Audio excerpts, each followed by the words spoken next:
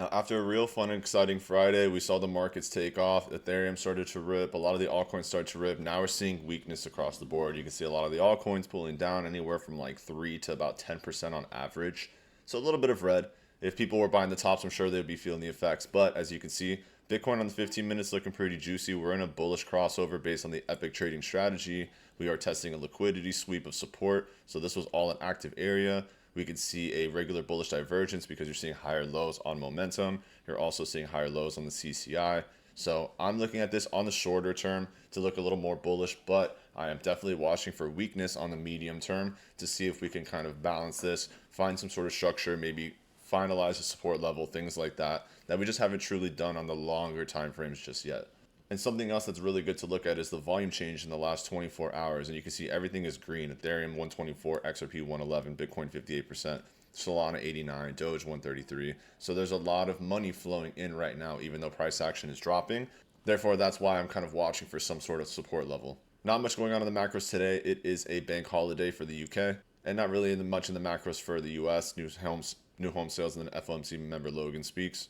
You're seeing a lot more weakness in the market too than strength. So you can see minus 28 all the way down to minus 7. And then on the top gainers, it goes plus 6 to plus 4. So you can see the differential. There's a lot more red in the market than green, aka a lot of things are a little bit more oversold on the short terms than overbought. And we've definitely been introducing a little bit more fear into the market as well. You can see Bitcoin is showing more of a sell signal, which I look at as fear, and same with total market cap showing a little bit more weakness. Even looking from this perspective, you can see that we've had a nice retracement, testing liquidity.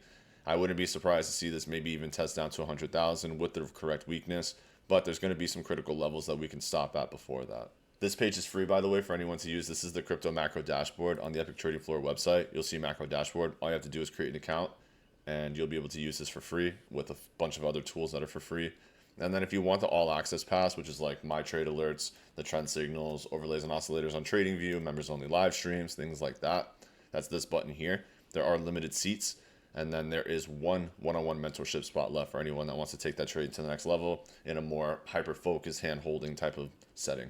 And I'll give you a little bit of sauce. The reason why I'm looking for medium-term weakness is you can see the trend signals from the trade alert spot in the EPIQ Trading Floor showing a lot of weakness on SHIB, DOT, Doge. A lot of the altcoins are showing 4-hour bearish signals. So just tread lightly the next few days. If you want to stay up to date, join us in the EPIQ Trading Floor. I appreciate you all, and I hope you have an amazing day.